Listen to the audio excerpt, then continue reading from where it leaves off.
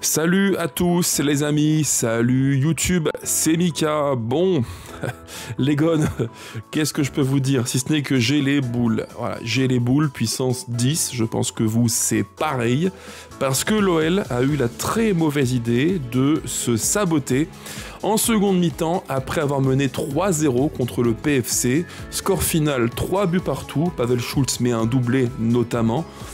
On en reparlera après, mais quelle déception, et je vous le dis, c'est pour moi une faute professionnelle. Et je pèse mes mots, c'est souvent un terme que je n'aime pas utiliser, c'est un petit peu galvaudé, tout le monde en parle un petit peu à tort et à travers, mais ce coup-ci, pour moi, le terme, l'expression faute professionnelle, elle prend tout son sens, parce que l'OL aurait dû gagner dans un monde normal où on est sérieux et appliqué. L'OL doit tarter sèchement et nettement ce PFC-là 3-0, ciao, bye bye, on prend 3 points et on rentre chez nous. Mais l'OL a fait n'importe quoi en seconde mi-temps, et quand je dis l'OL, c'est à la fois les joueurs qui ont perdu le fil du match, d'une part après un rouge stupide, alors est-ce qu'il était mérité ou pas ? J'ai un point de vue dont je parlerai après, on verra ça ensemble. Il y a eu aussi à 10 contre 10, puisque le PFC prend également un rouge, un match qui, voilà, dont on perd le sens, on perd le fil du match, malgré tout, même à 10 contre 10. Et puis pour finir, il y a le... Comment dire ça ? Pour rester gentil et poli, encore que ça me démange de dire des mots plus crus. Il y a cette énième diarrhée footballistique de Paulo Fonseca qui, on peut le dire, voilà, aux environs de la 75e minute de jeu, décide de faire n'importe quoi. Fonseca culotte, voilà, la diarrhée. Une énième fois, une diarrhée de Fonseca qui fait n'importe quoi lui aussi. Et on finit le match sur, donc à 10, comme je vous l'ai dit, après le rouge. Donc pour Abner, on finit sur un 5-3-1, ouais, il y avait 3-1 pour nous et on finit sur un 5-3-1 avec le seul Pavel Schulz comme offensif pour l'OL. Voilà, ça vous en dit long sur ce que je pense de ce match-là. On a fait n'importe quoi et même si on prend un point, c'est pour moi, ça équivaut à 0, c'est une défaite dans mon esprit. Parce que en tout point, la seconde mi-temps, c'est du sabotage d'une équipe qui a perdu pied et d'un coach qui a une énième fois fait dans son froc par frilosité. Et quand tu es trop frileux, malheureusement, tu contamines toute ton équipe avec toi. Tout ça, on va en reparler ensemble. Je suis très très déçu. Je vais tenter de rester le plus poli et le plus mesuré possible, même si je ne vous le cache pas. Il est 23h37, j'ai mis quasiment 1 heure pour brancher la caméra et le micro. J'ai vraiment les boules et je suis vraiment, mais vraiment en colère après ce match contre le PFC. Alors avant de commencer les gones, comme toujours, si vous aimez le contenu, pensez au petit pouce, pensez à commenter, à me dire tiens, vos impressions sur Fonseca, est-ce que pour vous il est fautif? J'imagine que oui. Quels sont vos différents tops et flops du match? J'en ai pas mal aussi à évoquer avec vous en vidéo. Pensez à vous abonner, activer la cloche et enfin booster le contenu. Ça aide vraiment beaucoup au référencement. Sans plus tarder, on commence donc par le débrief, l'histoire du match de la première mi-temps.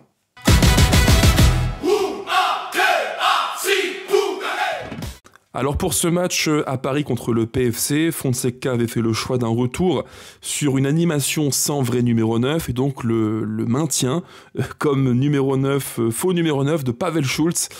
Et en 4-2-3-1 avec Okaj, Dominic Greif à droite, Maitland Nice, Mata Niakate, Abner qui prend un rouge peu de temps après l'heure de jeu, Morton de Carvalho dans l'axe en tant que double pivot, à droite Adam Karabets comme numéro 10 théorique Tolisso, à gauche Afonso Moreira et en pointe donc Pavel Schulz. Le 4-2-3-1 comme souvent je le dis, il est très théorique. On a plutôt vu aujourd'hui une animation avec Maitland Nice très haut qui prenait le côté droit permettant à Karabets de se recentrer. Bref, le 4-2-3-1, voilà, c'est de la théorie comme toujours, ça sert uniquement à figer un point de départ du match, mais au cours du match, ça change beaucoup, comme souvent je vous le dis. Alors, qu'est-ce qu'on peut dire ? En première mi-temps, sur l'entame de match, je trouve que l'OL est plutôt bien, voilà, c'est sérieux, c'est encore une fois un petit round d'échauffement, on s'observe, mais ce qui est bien pour le coup, c'est que l'OL inscrit le 1-0 très vite, puisque le but intervient dans mon souvenir à la 5e minute de jeu, c'est Tolisso qui marque, sur un mouvement que l'on connaît bien à l'OL, puisque sur un long ballon, on trouve Tolisso qui va attaquer l'espace, il se projette comme souvent il le fait, il est quasiment ce numéro 9 bis qui vient conclure les actions côté OL, et là il finit bien du gauche, frappe croisée un petit peu topée, c'est vrai, mais le gardien du PFC est battu. Et donc 1-0 pour l'OL qui est lancé de la meilleure des façons possibles pour aborder ce match. Et je pense que vous vous l'êtes dit comme moi devant la télé ou au stade pour ceux qui y étaient.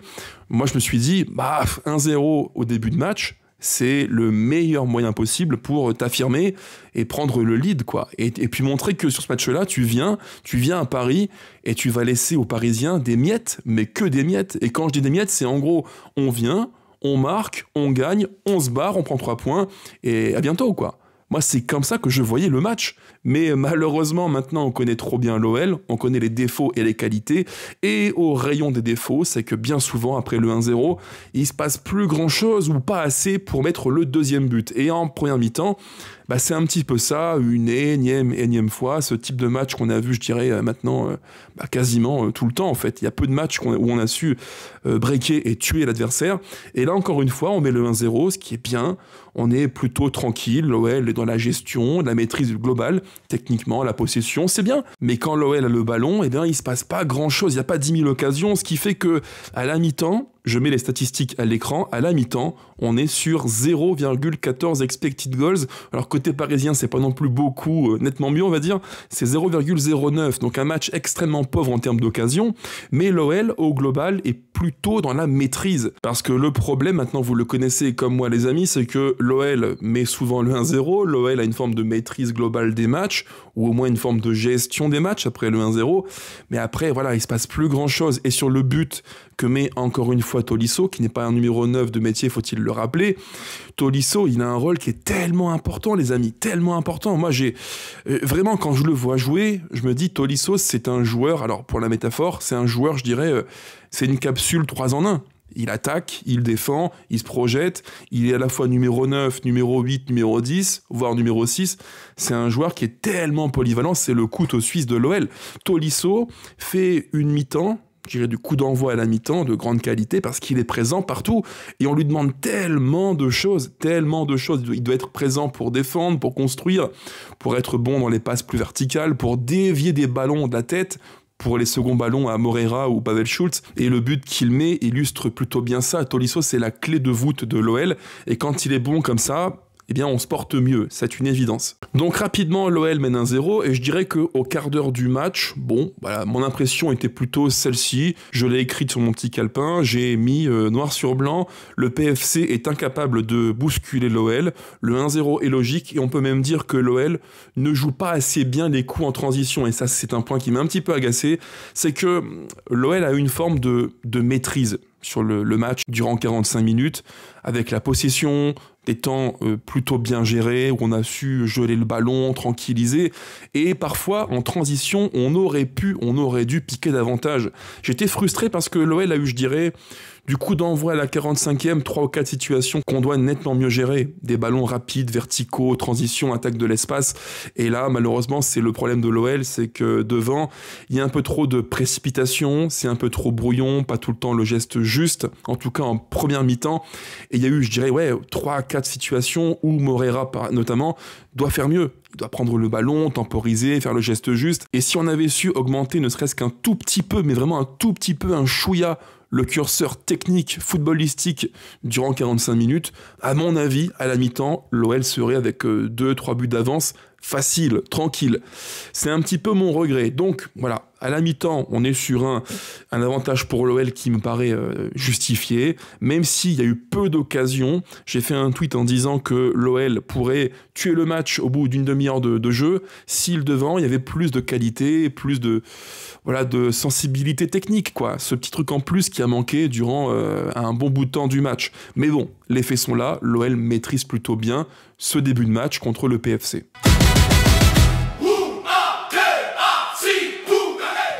L'entame de la seconde mi-temps, elle est comment ? Je dirais qu'elle est, pour le PFC, un peu mieux.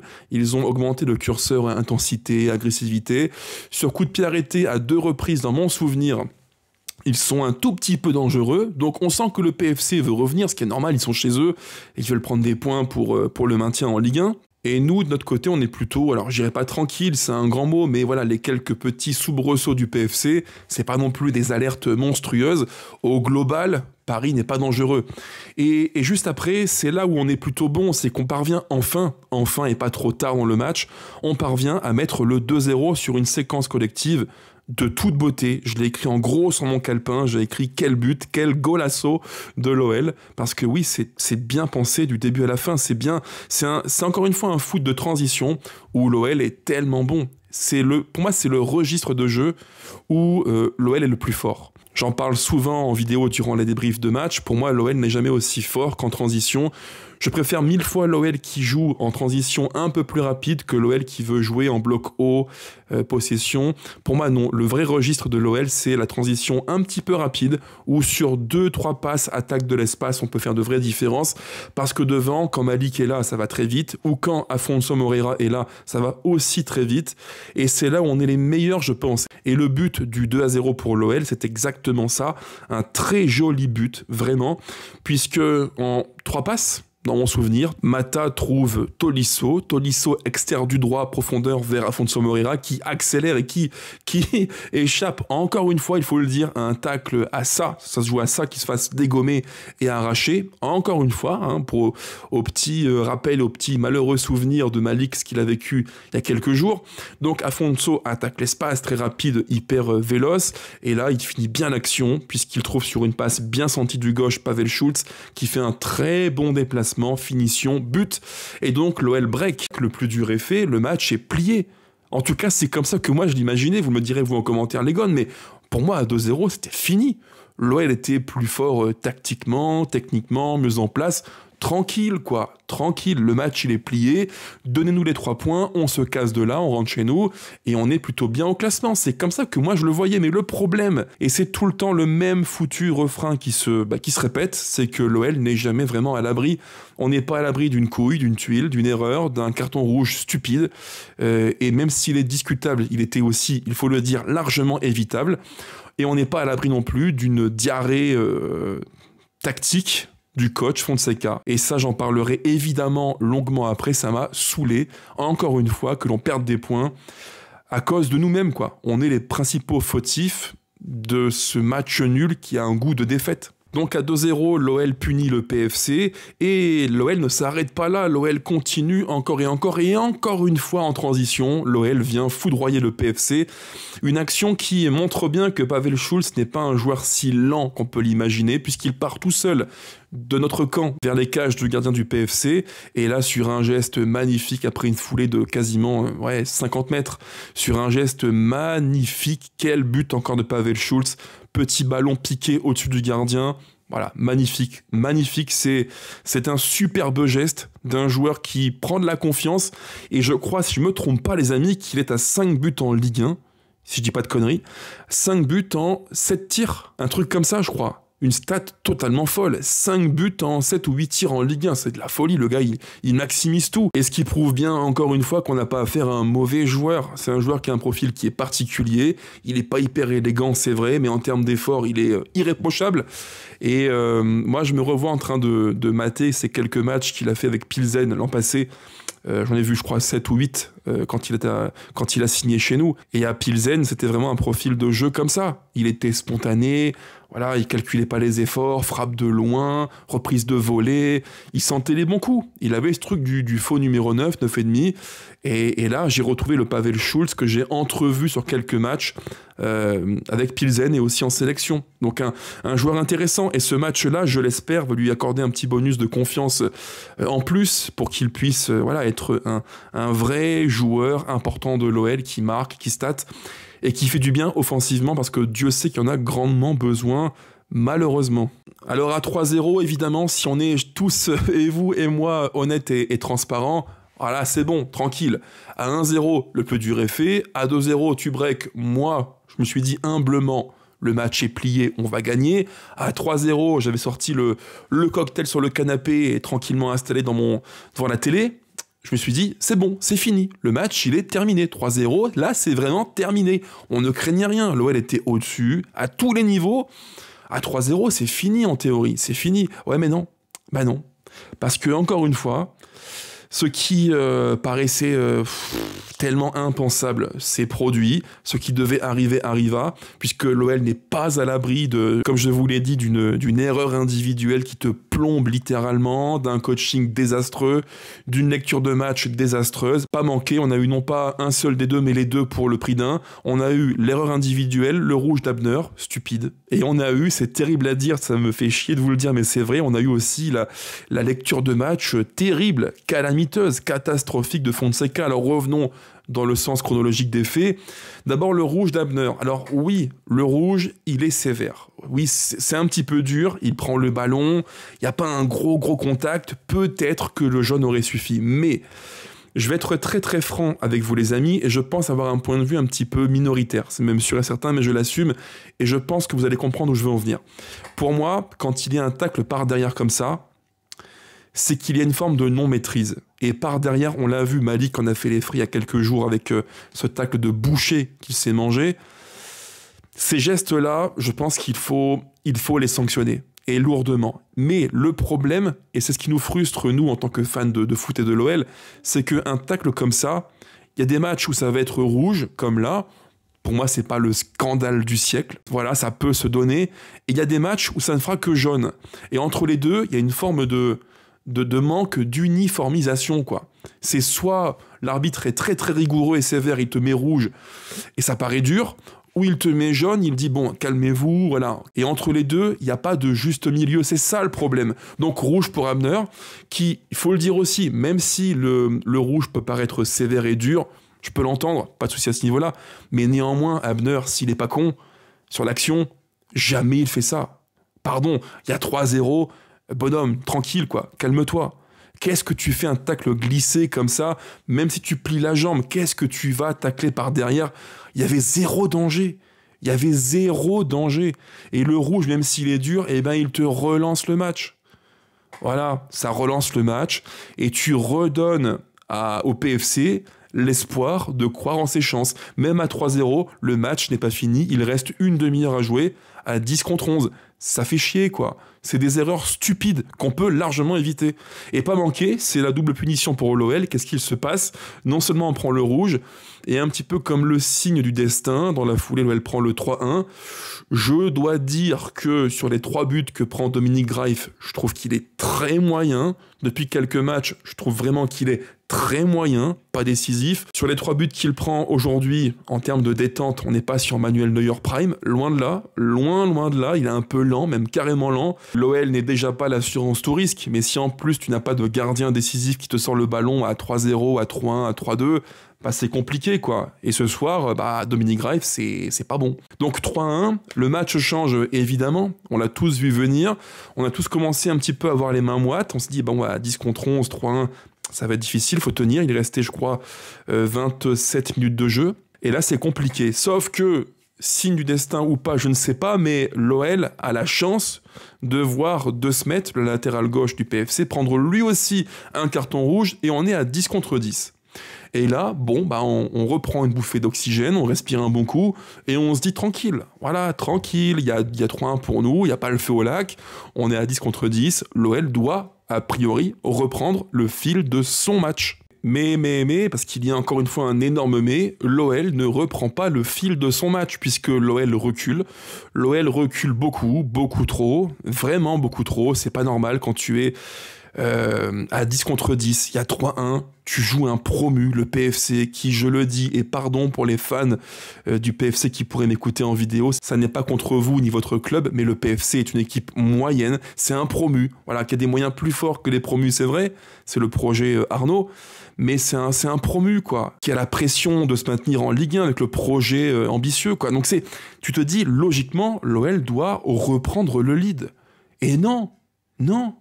C'est tout l'inverse qui se produit. Durant 5 minutes, l'OL recule encore, et encore, et encore. On subit, et pas manqué. Qu'est-ce qu'il se passe? Eh ben, l'OL prend le 3-2. L'OL prend le 3-2. Dans une Ligue 1 où t'as pas de marge de manœuvre, quand tu recules, tu joues avec le feu, tôt ou tard, tu finis par te brûler les mains. Et l'OL se brûle les mains, il y a 3-2. Et là, voilà, le match change. Le match change, c'est la folie, c'est comme ça.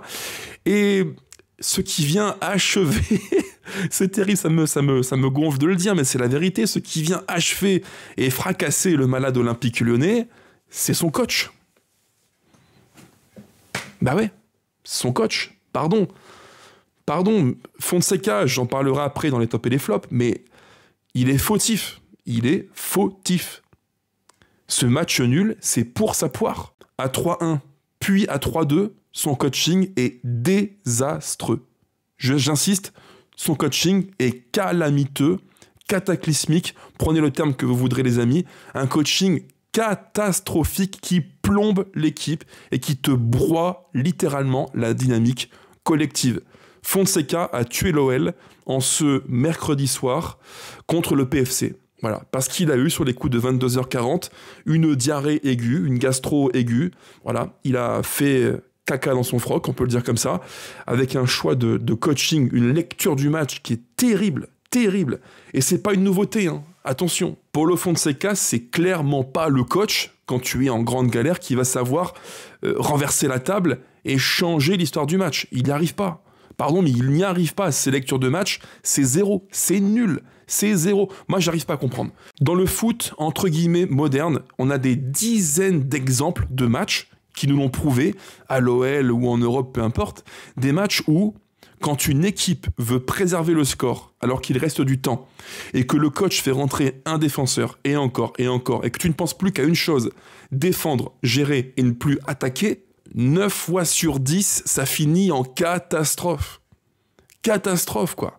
Fonseca a tué le match. Est-ce qu'on se rend compte de la folie du coaching de Fonseca aujourd'hui? On finit le match contre le PFC, un promu, avec ça, je mets à l'écran la compo qui finit quasiment presque le match. On finit avec Dominique Greif, 3 centraux, Niakate, Mata, Attebourg, piston droit, Maitland-Niles, piston gauche, Tagliafico. Dans l'axe, 2 joueurs défensifs, de Carvalho qui était cuit de chez cuit, Morton pareil, devant un peu plus haut Tessman, et le seul Martin Satriano qui remplace Pavel Schulz. Un joueur offensif, sur les 10, on finit en 5-3-1 contre le PFC. Pardon, mais t'es puni. Voilà, tôt ou tard, quand tu ne respectes pas le foot, quand tu veux avant tout être dans la gestion abusive, le côté conservateur, tu es puni. Et c'est bien fait pour notre gueule. Voilà, c'est bien fait pour nous. On l'a mérité, on l'a cherché. L'OL aurait dû gagner. L'OL aurait dû tarter le PFC sèchement 2, 3, 4-0, peu importe. Mais jamais l'OL n'aurait dû faire match nul contre cette équipe-là. Le match nul, c'est la conséquence d'une part d'un fait de match qui est le rouge, qui vient un petit peu, même carrément, changer la dynamique de l'OL. C'est aussi la conséquence d'une équipe qui perd le fil du match, même à 10 contre 10 et à 3-1 et 3-2. Ça, c'est la faute des joueurs. Mais c'est aussi et surtout la faute d'un coach qui, encore une fois, quand il est entre guillemets au pied du mur, fait n'importe quoi. Il perd pied et il pense avant tout à bétonner plutôt qu'à maintenir l'équilibre de l'équipe. L'équilibre offensif. Enfin, les amis, j'invente rien. C'est un principe de jeu qui est basique. On peut être Fonseca ou René Girard. Tôt ou tard, ces principes-là sont les mêmes pour tout le monde. Quand tu es à 10 contre 10, que tu subis un petit peu le jeu, que tu recules, si tu retires devant l'un de quasiment de tes rares éléments de projection, de verticalité, Afonso Moreira, et que tu restes avec Pavel Schulz tout seul, comme le seul élément offensif, eh ben ne t'étonne pas que le foot te punisse, quoi. Et que tu n'arrives pas à trouver de l'espace, à t'oxygéner, à remonter le bloc, c'est normal. Tu ne respectes pas le foot te punit. Et franchement, je pense que pour vous c'est pareil les amis, ce match-là, pour moi, c'est une faute professionnelle de tout le monde. Des joueurs, Abner, parce qu'il fait une bêtise sans nom, une folie, voilà. Tactiquement, c'est une bêtise à 3-0 de faire un geste pareil, c'est stupide. Même si le rouge est sévère, c'est vrai, ça reste stupide. Et aussi une faute professionnelle du staff, du coach. Bref, celui qui a pris les décisions de faire un tel coaching après l'heure de jeu. Ça a tué l'équipe. Quand tu sors Tolisso, tu sors Afonso Moreira, tu sors Karabec, tu ne parviens plus du tout à créer le moindre danger devant les cages du PFC. Et ça, désolé, mais c'est avant tout la faute de l'OL qui a remis en selle le PFC. En fait, c'est l'OL, ses joueurs et son staff et son coach qui ont offert sur un plateau d'argent au PFC les chances de croire en son match. C'est tout, pas plus, pas moins.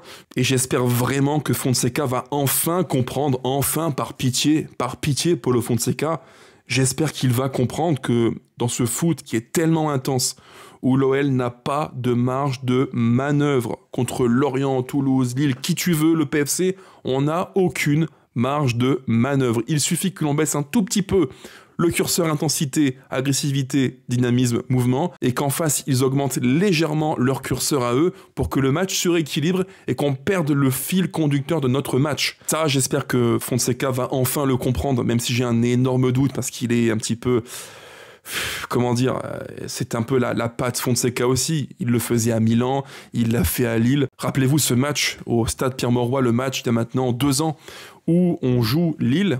On était mené et Fonseca fait rentrer dans mon souvenir en fin de match Alexandro, je crois, à la place de Zegrova. Lille recule beaucoup encore et encore et on leur met le tarif quoi. 4-3 pour l'OL. Fonseca, il a de très grandes qualités, j'en parlerai juste après, mais il a un énorme défaut, c'est la lecture des matchs et ce côté frileux qui commence franchement à me gonfler parce que l'OL pourrait être plus haut que ça au classement. Là on est 5e, 19 points.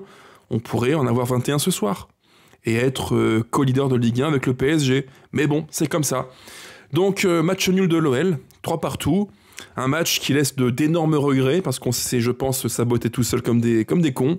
Voilà, faute professionnelle. Et ces points perdus bêtement sont des points que tu peux, en fin de saison, éventuellement regretter. Quand tu vois que le top 4 peut se jouer à 1 point ou 2 ou 3 points d'écart, et ben là, tu perds 2 points qui seraient décisifs, quoi. Donc attention à ça.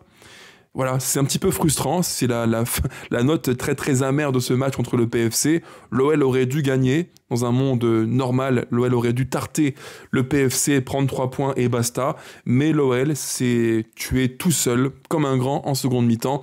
Et donc 3-3, partage des points contre le PFC. Maintenant, place au top et au flop du match.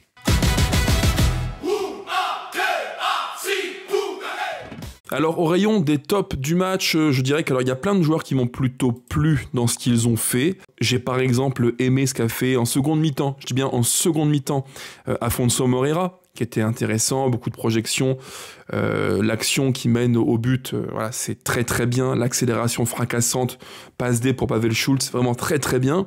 Mais mon vrai top du match, pour moi, c'est, je pense, Pavel Schulz qui fait...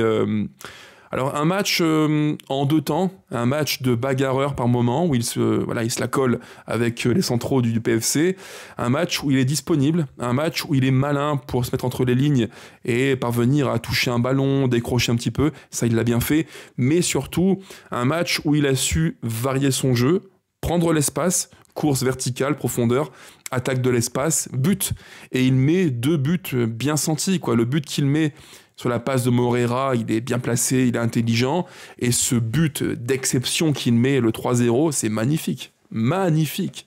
C'est mon top du match. Alors maintenant, mon flop du match.